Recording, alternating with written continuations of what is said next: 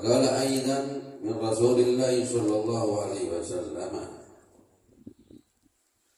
أفضل الذكر لا إله إلا الله. وقال رسول الله صلى الله عليه وسلم أفضل ما قلت أنا والنبيون من قبل لا إله إلا الله. Dikatakan bahwasanya Nabi bersabda, barang siapa yang mengucapkan setiap hari 100 kali la ilaha illallah, maka dia datang di hari kiamat dengan wajahnya tadi itu bagaikan bulan purnama, terang benderang. Sebaik-baik ucapan yang dikatakan oleh aku, kata Nabi, dan sebaik-baik ucapan yang diucapkan oleh para nabi sebelum aku adalah kalimat la ilaha illallah. Dikatakan bahwasanya subhanallah nisful mizan. Kalau ada orang yang mengucapkan subhanallah, maka timbangan di hari kiamat itu setengahnya penuh. Ini kan ada timbangan namanya mizan, yaumul mizan. Ada yaumul mizan, ada yaumul hisab. Kalau yaumul mizan itu ditimbang, lebih banyak mana pahalanya atau dosanya. Setelah itu ada yaumul hisab, hitung-hitungan, banyakan pahalanya atau banyakan kesalahannya. Begitu kita mengucapkan subhanallah, itu timbangan kebaikan yang asalnya sedikit, separuh tadi itu penuh dengan kebaikan. Mengucapkan alhamdulillah tamla'uh. Begitu kita mengucapkan alhamdulillah, timbangan yang kebaikan tadi asalnya sedikit penuh dengan kebaikan. Alhamdulillah lagi penuh lagi, masya Allah. Kemudian mengucapkan la ilallah dunallah, maka tidak ada bainallah dunallah laisa laha bainallah. Sedangkan mengucapkan la ilaha illallah itu tidak ada penghalang antara dia dengan Allah. Maka itu Nabi berkata, sesungguhnya sebaik-baik ucapan yang aku katakan dan yang diucapkan oleh seluruh para nabi itu adalah kalimat la ilaha illallah. Maka dari itu kita harus memperbaiki iman kita. Jadi iman kita ini perlu di-upgrade, perlu diperbaiki, perlu di-update, perlu di-refresh ya. Perlu diperbaiki dengan cara bagaimana? Memperbarui iman kita dengan cara aksiru gaul la ilaha illallah, dengan memperbanyak melazimkan mengucapkan kalimat la ilaha illallah. Masya Allah. Nah, kemudian apabila ada seorang hamba mengucapkan la ilaha illallah, itu Allah menciptakan satu tiang. Tiang itu terbuat dari cahaya. Kalau ada penduduk bumi, ada seseorang mengucapkan la ilaha illallah, itu besi tadi itu yang dibuat oleh Allah tadi itu bergetar, joget, tidak berhenti. Joget terus, tidak tahu karena senang atau apa, tidak tahu. Pokoknya ketika ada seseorang mengucapkan la ilaha illallah, itu tiang yang diciptakan oleh Allah dari cahaya tadi itu bergetar. Tidak berhenti, terus dia bergetar. Ketika di hadapan arasnya Allah, Allah mengatakan, hei tiang, uskun, diam kamu, jangan gerak terus. Kaifa askun ya Allah, bagaimana aku bisa diam sementara ada hambamu di dunia mengucapkan la ilaha illallah, belum kamu ampuni dosanya. Maka kemudian Allah mengatakan God ghafartu lahu, ya sudah kamu diam ya, itu hambaku yang mengucapkan la ilaha illallah, saat ini aku ampuni dosa-dosanya. Baik. Maka dari itu mengucapkan la ilaha illallah ini jangan seperti Cina kesandung lata la ilaha illallah, la ilaha illallah. Harus pengucapannya itu diucapkan dengan ikhlas. Kayak ikhlas dulu la ilaha illallah. Bagaimana mengucapkan kalimat la ilaha illallah sehingga la ilaha illallah itu ikhlas. Dikatakan kalimat la ilaha illallah itu penuh penghayatan, ya, betul-betul murni. Mengucapkan kalimat la ilaha illallah itu dari dalam hati kita, sehingga kalimat la ilaha illallah itu dikatakan ikhlas. Cirinya apa?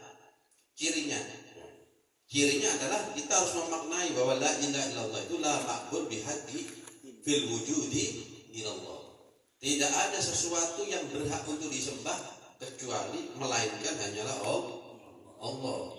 Maka itu sering kita mendengar beberapa ulama besar, mereka itu luar biasa hobinya di dalam mengucapkan kalimat la ilaha illallah itu seperti Sayyidina Abdullah bin Husain bin Thahir. Sayyidina Abdullah bin Husain bin Thahir ini dalam kitab Salat Tauhid itu dikatakan beliau setiap hari mengucapkan kalimat la ilaha illallah 25.000 kali. Begitu juga Al-Habib bin Imam Abdul Qadir bin Ahmad setiap hari mengucapkan kalimat la ilaha illallah 100.000 kali. Habib bin Imam Ja'far bin Ahmad al-Adrus beliau setiap hari mengucapkan kalimat la ilaha illallah 75.000 kali. Sehingga tidak ada penghalang antara dia dengan Allah. Tidak ada hijab antara dia dengan Allah. Maka itu perbarui iman kita.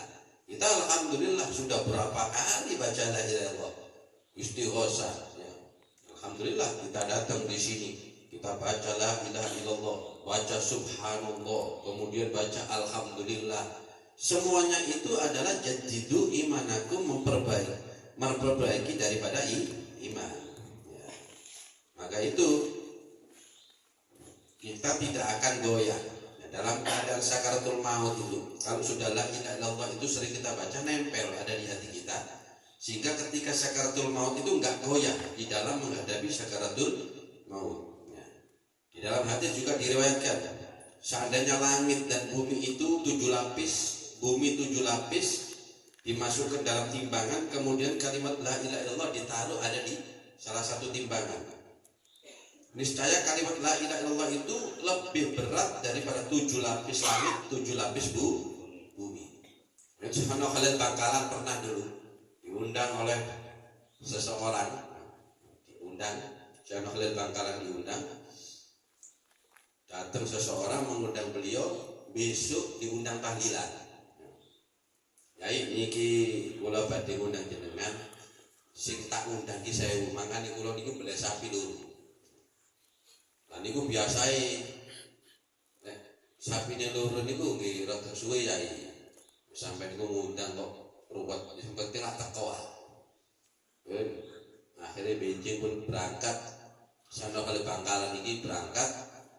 Mari ngono dimulai kan maca tahlil. Dole dikri falam annahu la ilaha illallah. Esbon, ayo dibagi panganane. Lho.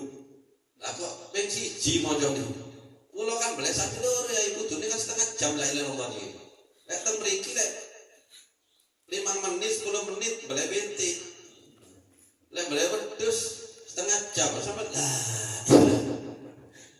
sapi loro kula sampai niku ndak percaya kalimat la ilaha illallah ku yo. Kekuatane la ilaha illallah ku saiki di sapi loro. Sing liyane kene timbangan. Ana di timbang siji, mari ngono godhong siji dicoba bisa mlebakan ditulis bi izzati la ilaha illallah. Godhong siji lawan sapi loro. Tapi ana tulisannya la ilaha illallah. Akhirnya jomplang sapi loro. Abotan godhong siji sing isine la ilaha illallah. Nah, maka itu ya saya di dalam peristiwa Isra Mi'raj itu Allah memulai dengan kalimat subhana. Ada satu amalan yang sangat susah, modalnya banyak. Contohnya apa? Soro tapi modalnya gede. Gawe masjid. Itu modalnya wake. Mari ngono 10 tahun, 15 tahun baru tadi. Ada lagi ibadah yang susah tapi nggak butuh modal. Nggak butuh modal, nggak butuh duit. Cuma lek dilakoni soro. Ibadah napa niku namanya? Ibadah poso. Poso itu ndak ada modal. Sampeyan lek kate poso ndak kira ditarik duit. Cuma bondone siji tok niat. Durunge subuh niat. Cuma lek dilakoni poso niku Pak ibadah susah. Kenapa? Bukan hanya mencegah makan dan minum, mencegah mulutnya tidak ngerasani orang, tidak menyakiti orang, tidak berbohong, ya, jaga hati segala macam. Susah, ibadah yang susah puasa itu. Tapi ada satu ibadah yang tidak butuh modal, kalau dilakukan itu sangat mudah, tapi pahalanya besar. Apa itu? Kalimat thayyibah. kalimat yang baik, mengucapkan subhanallah, alhamdulillah, Allahu akbar, la ilaha illallah, Allahumma sholli ala sayyidina Muhammad, dan dikabari oleh mati inna lillahi wa inna ilaihi raji'un, atau arisan alhamdulillah lek gunung sing api. Gunung kembal sampai itu ngerestok pikirannya. Gunung masya Allah ringan Pak, gampang, tapi lek dilakoni gampang, tapi pahalanya luar biasa.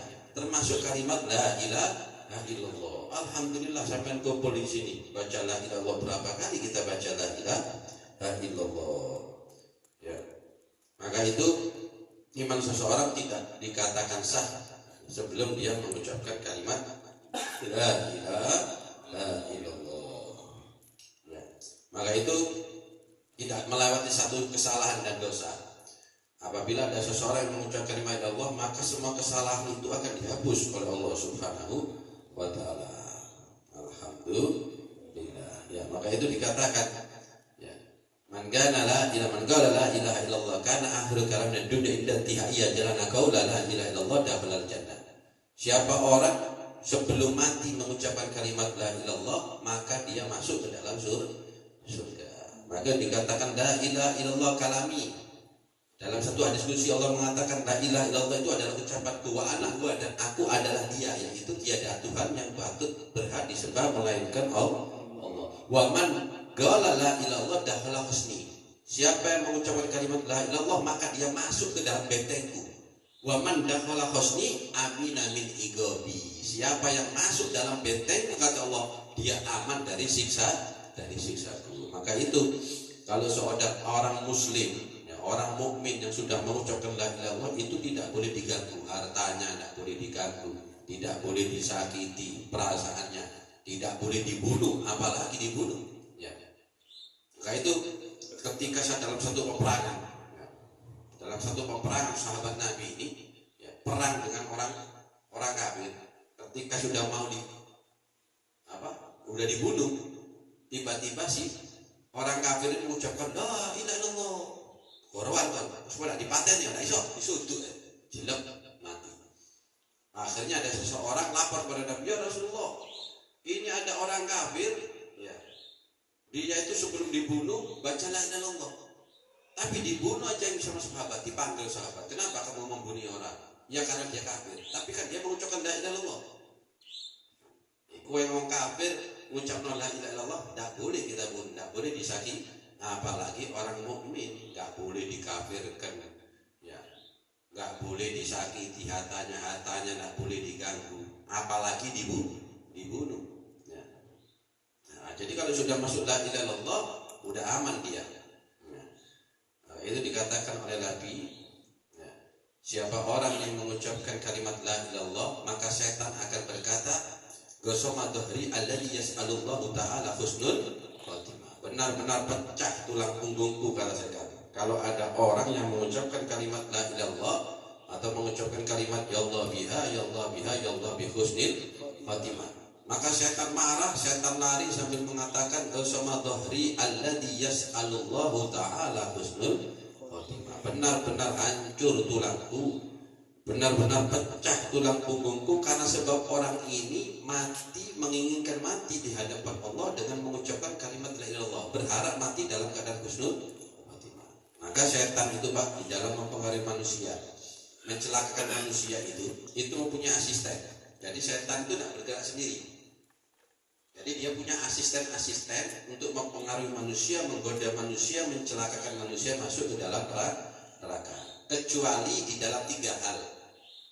Kalau 3 hal ini asistennya tidak boleh ikut-ikut. Harus raja setan yang melaksanakan. Apa? Ya. Yang pertama adalah ketika ada orang yang hendak mati dalam keadaan sakratul maut, setan sendiri yang langsung hadir, bukan asistennya, mempengaruhi jangan sampai orang ini mengucapkan kalimat la ilaha illallah.